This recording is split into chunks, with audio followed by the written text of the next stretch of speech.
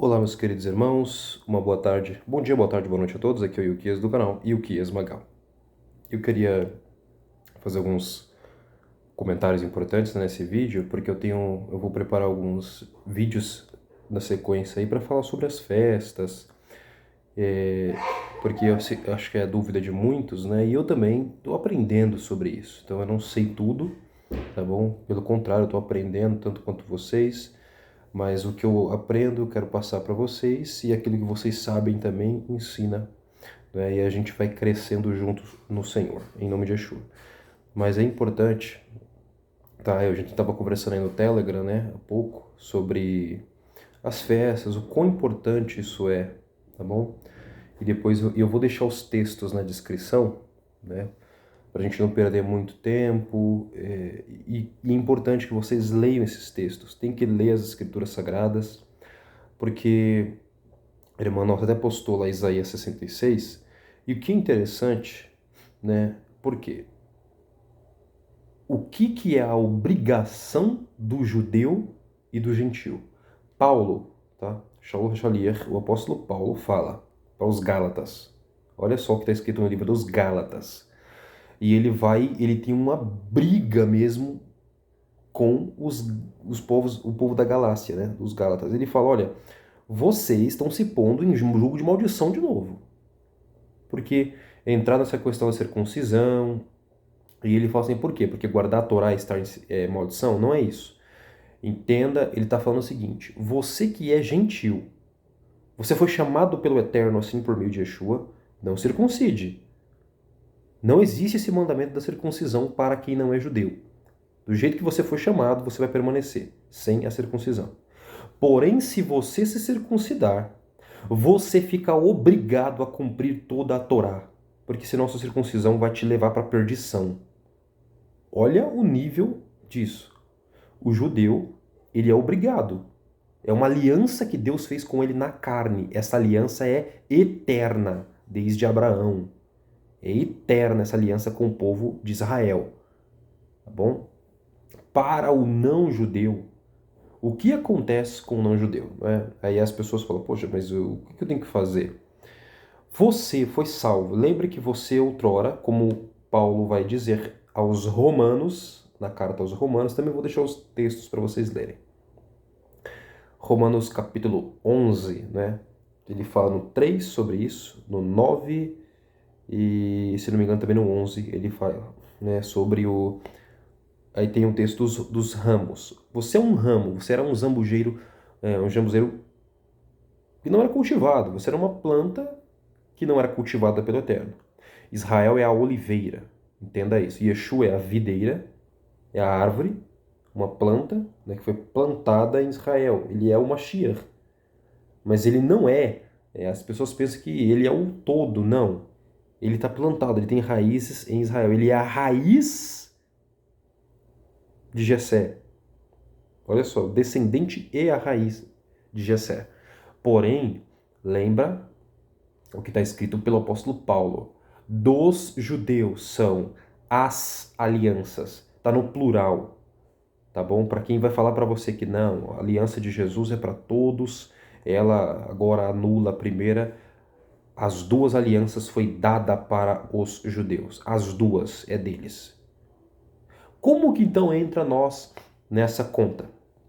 Quando Yeshua abre, ele vem, está escrito, os seus o rejeitaram, mas por meio de Paulo, você vê que está escrito, Paulo em Atos vai descrever, olha, agora aprove Deus levar a mensagem da salvação para todas as nações, para os gentios, e os gentios festejaram, se alegraram com aquilo, porque Deus abriu a porta para o mundo inteiro e endureceu o coração de Israel em parte, até o tempo designado. Porque Deus vai ter um tratado com as nações, vai salvar as nações, e depois essa porta fecha, e aí Deus se volta só para Israel. Vai ser um tempo que ele vai tratar só com o povo dele. Para salvar, para redimir, para corrigir e colocá-los no local deles de honra. E salvos, pertos do Mashiach. Tá bom? E aí o que acontece? Nós somos chamados por meio de Yeshua. E você, que é um galho de uma árvore não cultivada, ele arranca este galho e você é enxertado na videira, em Yeshua, né? Lembra de João capítulo 15, eu sou a árvore, meu pai é o agricultor. Olha só, eu sou a videira, meu pai é o agricultor. Então, quem planta e quem tira o galho e coloca não é Yeshua, é o pai. Ele é o agricultor, ele é o dono do campo, das árvores, da oliveira, ele é o dono, ele é o grande agricultor, é ele. Tá bom? Então isso é importante. Yeshua fala, todo galho, olha só, todo galho que não está em mim, ele não tem vida, tá bom? Aqueles que estão em mim e não dão fruto, o Pai arranca-o e lança-o no fogo. E aqueles que dão fruto, o Pai limpa ele para que ele dê ainda mais frutos. Nunca pode parar, é uma coisa constante e crescente. Então você foi arrancado de uma árvore e agora você é alimentado, você está na videira. E a videira, suas raízes estão na oliveira, está em Israel. Este é o campo é Israel. Para você sobreviver, tá bom? Lembra o que Paulo fala aos Romanos: não é o galho que alimenta a raiz, é a raiz que alimenta os galhos. Ou seja, você não é mais importante do que Israel. Você precisa dele para sobreviver. Você se alimenta dos patriarcas. A aliança começou com Abraão, Isaque e Jacó. Você se alimenta dessa promessa, você é filho dessa promessa. Tá bom? Nós somos filhos de Abraão por meio da fé, porque nós viemos da promessa de Isaque, porque ele fala: em ti serão benditas todas as famílias da terra. Ele não está dizendo: de ti serão benditas todas as famílias que vierem de Isaque, ou todas que vierem de Israel, ou da sua nação que vai surgir no futuro. Não, ele fala: todas as famílias da terra que crerem em mim, como você, Abraão, acreditou, e isso gerou o fruto que é Isaac, então eles também serão abençoados como você, terão parte na sua herança como você. É o que foi dado para nós, parte nessa grande herança. E aí, você agora, enxertado, precisa se alimentar para você sobreviver e dar frutos. Você se alimenta dos patriarcas. E também, qual é o outro? O maior, a primeira aliança, a Torá de Moshe, não é? Moshe desce do Sinai. Nós estamos agora nesse caminho. Nós saímos da festa de Pessah, é o Pessah, e contamos mais 49 dias, 50 dias. E o que é comemorado em Pentecostes? A entrega da Torá para Moisés, para Israel, no Monte Sinai. Tá bom? Foi quando foi entregue a Torá. Então, é o tempo, nesse intervalo de tempo, nós estamos sendo limpos das influências do Egito. Por quê? Porque você viveu a vida inteira. Foram um povo 430 anos no Egito. Já tinham assimilado a cultura dos egípcios, já estavam fazendo coisas aos deuses egípcios, até mesmo inconsciente, porque são 4 gerações. Estava na 5ª geração do povo já morando na terra do Egito. Então, você imagina como que era a mente de escravo. Eram escravos e que dependiam daquele sistema, que tinham assimilado a cultura, a língua e os costumes, tudo daquele povo. Deus faz o Pêssar, tira eles da terra e agora eles estão vivendo no deserto sem lei. Ou seja, eles tinham que ir 50 dias para entender, olha, a lei do Egito acabou. A gente não é obrigado mais a obedecer às leis egípcias, acabou, a gente está livre. E no Sinai Deus vai entregar uma Torá. Deus vai pegar as tábuas, vai escrever com seu dedo a lei e entregar para Moisés. Essa é a lei. A lei, geralmente, o que é uma lei? A lei é um protocolo, é os escritos que vai definir como que um povo, para ele ser um povo, a identidade de um povo, e vai dizer a qual país este povo pertence, qual é a cultura deste povo e quem é o rei deste povo. Porque a lei só tem poder porque tem alguém que pode impor essa lei sobre a pessoa. Esse é o poder da lei. Eu não posso criar uma lei da qual eu não tenho força para cumpri-la, para pô-la em prática, entende? É a lei do país. O país é assim. Se eu crio uma lei, mas essa lei não pode ser cumprida, ninguém tem força para cumpri-la, então não existe lei. É porque existe alguém que é acima da lei. Tem alguém que põe essa lei para ser cumprida. A lei ela não é em si, por si mesma, superior a tudo. Quem deu a lei é maior. O Deus, o Eterno, o Pai, Ele deu a lei, ele está acima. Só ele pode revogar a lei. Nem o Messias pode revogar a lei do Pai. Ninguém pode. A lei foi ele que deu. Só ele pode revogar e ele não revoga. Tá bom? Lembre disso, que os dons, os talentos do Eterno são irrevogáveis. O que o Eterno deu, ele não tira. Mas tudo bem.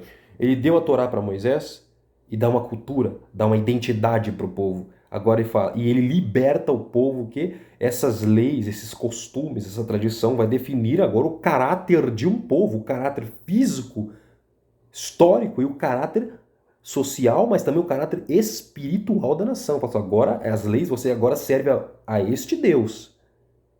Você vai servir as minhas leis e você vai mostrar, quando você obedecer as minhas leis, você vai ensinar para o mundo a quem você serve, a quem você pertence. Isso é a Torá de Moshe. Bom, então, aí vem aqueles que falam, Yeshua cumpriu a lei, eu não preciso cumprir isso. Não tem nem lógica isso, não está escrito isso. A verdadeira tradução de Mateus 5, quando Yeshua fala, eu não vim para abolir a lei. Ele fala, eu não sei como é que parte dos cristãos consegue ler esse texto e assim, não está sendo, ali não está sendo falado de forma simbólica, não tem nada espiritual, nada. Yeshua está falando clara e abertamente. Olha o que ele está falando. Eu não vim para abolir a Torá. Mais claro do que isso, não tem. Aí ele continua, eu vim para torná-la plena. Essa é a tradução. Eu vim para torná-la plena. Ou seja, eu vim para que vocês consigam compreender a Torá numa profundidade a qual Moisés não passou para vocês. Eu vou trazer para vocês um entendimento da lei muito maior. Muito maior. Por quê? Porque ele é a lei de Moisés. A lei de Moisés é a palavra escrita, mas a palavra, o logos, o verbo do Eterno, quem é a palavra de Deus? É o próprio Messias, Jesus, Yeshua. Ele é a palavra do Pai. Ou seja, nele se cumpre tudo, a profecia. É como se os códigos, explicar isso em uma programação de computador. Quem assistiu o filme Matrix vai entender. Quem é o Neo? As pessoas vão chamar, a Matrix foi criada pelo Criador, e a Matrix tem códigos, é números, é algoritmos. Quem entender esses algoritmos vai conseguir manipular a Matrix. Muitos deles sabem.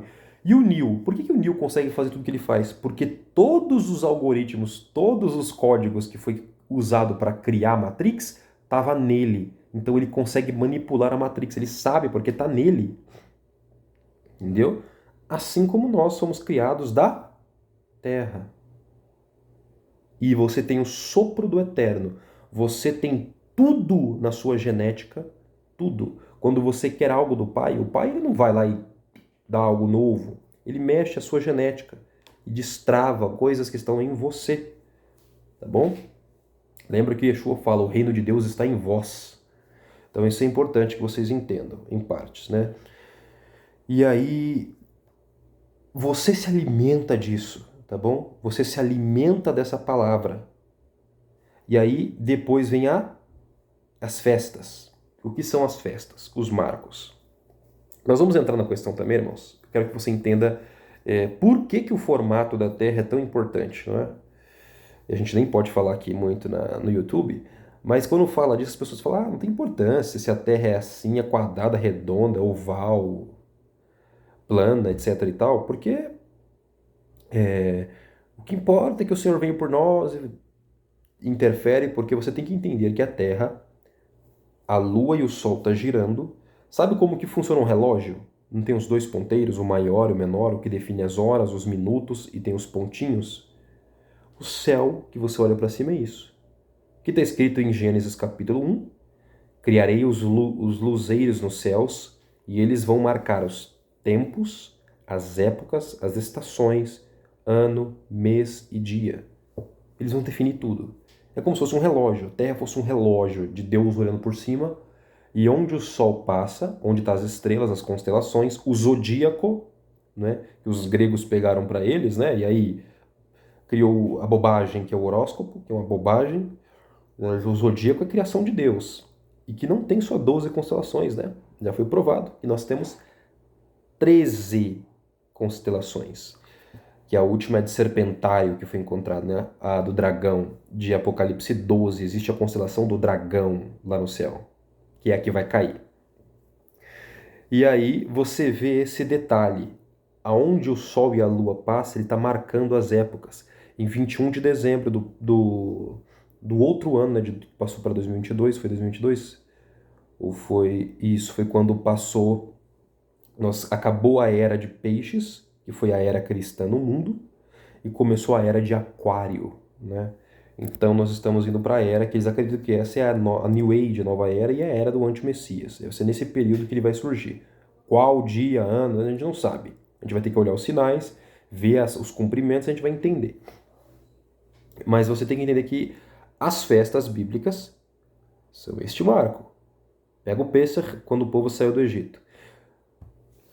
Você tem que entender, irmãos, que os fins dos tempos começou desde que Yeshua veio a primeira vinda para salvar o homem. E você vai entender que as profecias, elas se cumpriram. Tudo que Daniel e Yeshua falou se cumpriu no ano 70 depois de Cristo. Lembra? Jerusalém foi invadida, foi cercada por exércitos, invadida, destruíram um templo, como ele prometeu, que não sobraria pedra sobre pedra.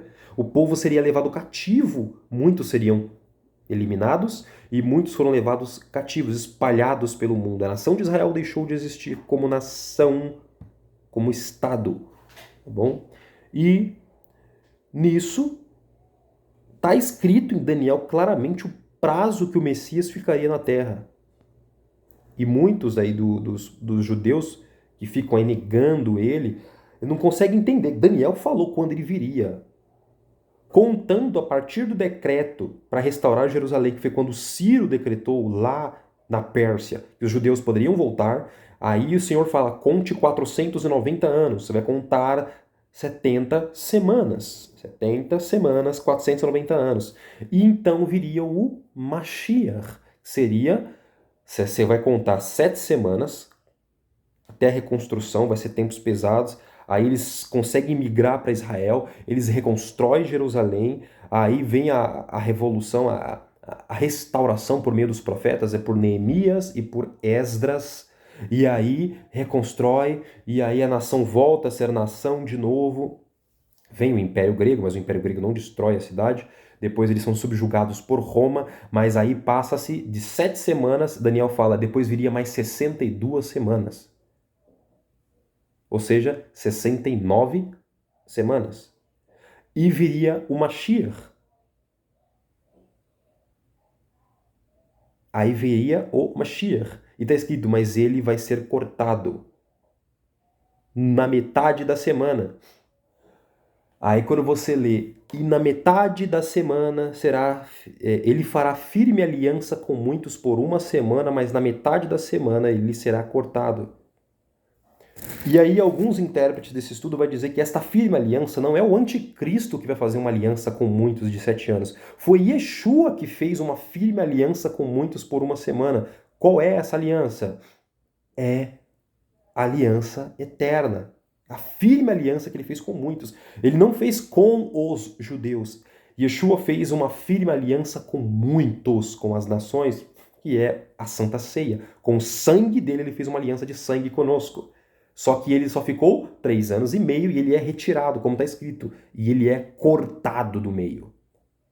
Cortado, tradução. Ou seja, foi partido a semana no meio. Então, nós estamos agora esperando concretizar. É como se o relógio fosse parado quando ele sai e faltam cumprir-se 3 anos e meio.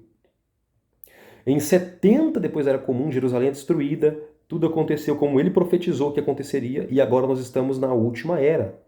Nós estamos caminhando para o fim, desde aquele prazo. E aí muitos acreditam que, então o que falta acontecer? Apocalipse está descrito. Vai surgir uma besta, e esta besta vai agir por 42 meses. O maior marco para a gente vai ser esse governo que vai surgir, e ele vai durar 3 anos e meio. 42 meses. Se você calcular, né, aí você fala... que Yeshua mesmo fala, quando vocês verem a abominação desoladora de qual o profeta Daniel descreveu lá no monte, sabei que está próximo, né, a vossa desolação. Os romanos colocaram o símbolo da águia dentro do templo naquela época, né? Mas você calcula o prazo que Daniel falou, que ele fala da abominação desoladora. Exatamente 7 semanas, né? Foi no 7º milênio, em 600, se você contar os anos que está descrito ali, você tem de as primeiras, né? O primeiro ano de Yeshua, de 70 depois de Cristo, você vai contar os primeiros 490, você tem ali quando o Islã, o Império Otomano, coloca o Domo da Rocha e a Al-Aqsa, que é construída em cima do Monte do Templo, em 691, no 7º século, e aí pronto, tá lá essa imagem. O templo não existe, mas existe uma adoração a um outro rei, a um outro povo. Calcula aí mais 1260, né? Que é os cálculos, são 1260, vai dar 1981, né? Aí nós temos o conflito. Ali basicamente, Israel, além de se tornar a nação mais poderosa do Oriente Médio e acabar com toda a frota aérea dos inimigos, eles criam uma hegemonia no Oriente Médio. E aí ele fala, felizes são aqueles que suportam até 1335 anos, ou dias, como está em Daniel. Se calcularmos desde que a imagem desoladora foi colocada lá no Monte do Templo, de 691 a 1335, vai dar até o ano de 2026. Então seria como se fosse nessa data que acabaria a era e o relógio seria solto. Mas a gente tem que saber que o homem tem que aparecer. E aí, quando esse tempo acabar, pode ser o tempo da graça, de que Zacarias 11 fala, e aí a gente não sabe qual dia que vai ser que vai começar. Não tem como dizer a data, a hora e o dia ninguém sabe. Então, entender as festas vai ser um marco especial para você. Por quê? Como falei primeiro disso, falei de Shavuot, que foi quando trouxe. E Shavuot é as primícias. É a primeira cega.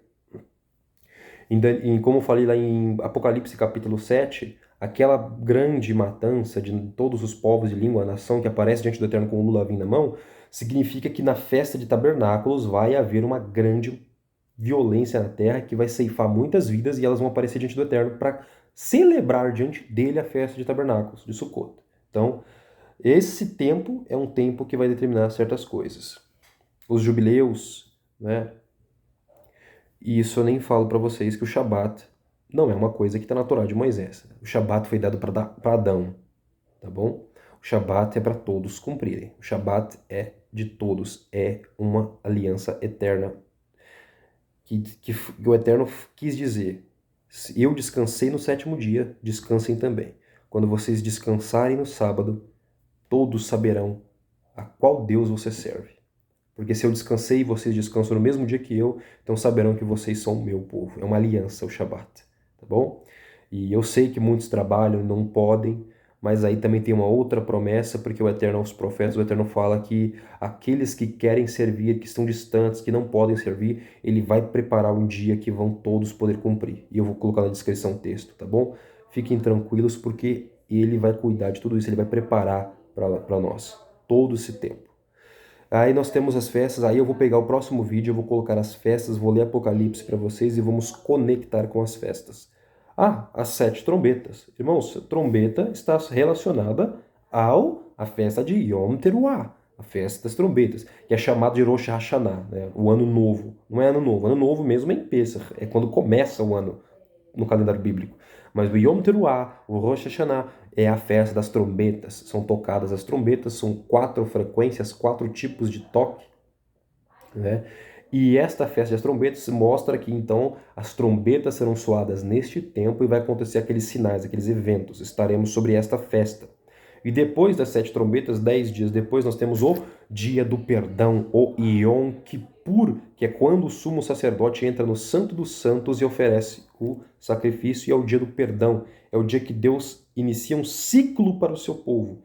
Ele apaga a memória dos pecados do seu povo, ele perdoa ou escreve o que vai ser feito para o próximo ano, e então decreta para o povo um novo ano, como vai ser, quem vai viver, quem vai morrer, quem vai enriquecer, quem vai empobrecer, quem vai nascer e quem não vai, e assim, vai ser tudo escrito no Yom Kippur.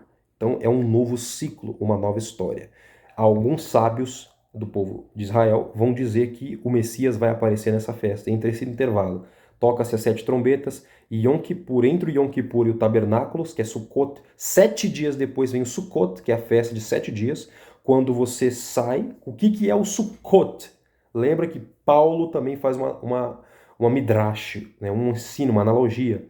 Sukkot, porque vivemos 40 anos no deserto morando em tendas até irmos para a nossa nação verdadeira, para a terra prometida. Nós, seres humanos, estamos nessa tenda, nesse corpo de carne, que é uma sucá caída, falida, e Deus preparou um corpo para nós, não feito por mãos humanas, mas que nós, quando sairmos deste corpo, vamos colocar num outro corpo glorioso, incorruptível. Aí eu deixo para vocês 1 Coríntios capítulo 15, que vai descrever isso com mais detalhes para vocês. Então, e nos escritos originais, em João, está descrito que Yeshua nasceu nesse período de Yom Kippur a Sukkot, né? Porque está escrito que ele tabernaculou entre nós. Ou seja, ele não nasceu numa manjedoura, como está escrito, no curral, não. Ele nasceu numa sucá, dentro de uma cabana, numa sucá, e provavelmente pode ter sido nesse período. Não é uma certeza, tá bom? Não tem como dizer que é certeza. Alguns sábios vão dizer que foi no período de Pessach, e outros vão dizer nesse período por estar escrito isso, que ele tabernaculou entre nós, fazendo uma alusão a Sukkot. Então, você já entende aí que o fim dos tempos começou quando ele veio, e as festas vai determinar. Se ele veio nesse intervalo, nesse horário, foi o tempo que ele entrou neste mundo, podemos esperar que no próximo Sukkot pode ser o dia em que ele vai tabernacular entre nós. Ele vai nos tirar deste corpo, desta tenda, e ele vai reformar a tenda do mundo. Ele vai criar o grande palácio para o Rei, o Eterno, vir morar conosco, a humanidade, que é o que está escrito em Apocalipse capítulo 21. E ele viu que o Eterno veio morar com os homens. Ou seja, Mashiach vai levantar um tabernáculo, uma casa. E Pedro, 1 Pedro, vai dizer que nós somos pedras sendo lapidadas, porque ele está construindo um tabernáculo para o Pai vir morar. Então, provavelmente, este é um período que a gente tem que estar atento a essas festas, porque pode ser o tempo em que ele vai vir para morar conosco, tá bom? Então, eu vou pegar o vídeo. Esse aqui é o 1, tá? Não é o completo. A gente vai ter que trazer uma sequência de vídeos, aí a gente vai esquadrinhar as festas em nome de Yeshua. Eu quero deixar para vocês esse vídeo que possa elucidar para você um pouco mais. E outro detalhe, Atos capítulo 15 vai dizer quais são as obrigações do gentio. Abstenham-se dos ídolos, no caso é tudo que é sacrificado a ídolo e do ídolo, ou seja, idolatria não é permitido por o gentil, sob hipótese alguma. Abster-se da imoralidade sexual toda, é a fornicação, é adultério, é a prostituição, são todas as vias e práticas imorais. E no caso, tudo que é fora do casamento que Deus instituiu, não serve. Do sangue, não pode ingerir sangue, porque o sangue é a vida, é a alma, então não pode ingerir sangue e nem comer animais estrangulados, né? Animais de sofrimento, carne estrangulada. Aí a gente vai entrar num outro estudo, porque quando você elimina alguém estrangulado, você prende o espírito aqui. Aí, isso é obrigatório. Mas agora, se você quer ser só um servo, isso aí é para o servo. Eu quero servir ao Senhor, mas não quero muito, não. Se você quer amar ao Eterno e se aproximar dele, como está escrito lá em Isaías capítulo 66, que ele diz que aqueles que guardarem as festas, ele está dizendo para aqueles das nações que querem guardar o Shabat, eles não têm obrigação de fazer isso, mas quer guardar o Shabat, quer guardar as festas, o Eterno promete, esses vão receber um nome melhor, maior do que os de filho, ou seja, você vai ser maior do que os filhos dele, dos judeus, você vai ser muito maior, você vai receber uma honra dupla por fazer isso, porque você ama o Eterno saberá que você o ama, que você ama as coisas dele, e ele tem para nós guardarmos isso, tá bom? Um forte abraço a todos, meus irmãos. Que Deus abençoe. Até o próximo vídeo, se o Pai permitir vivermos. Em nome de Yeshua. Tchau, tchau.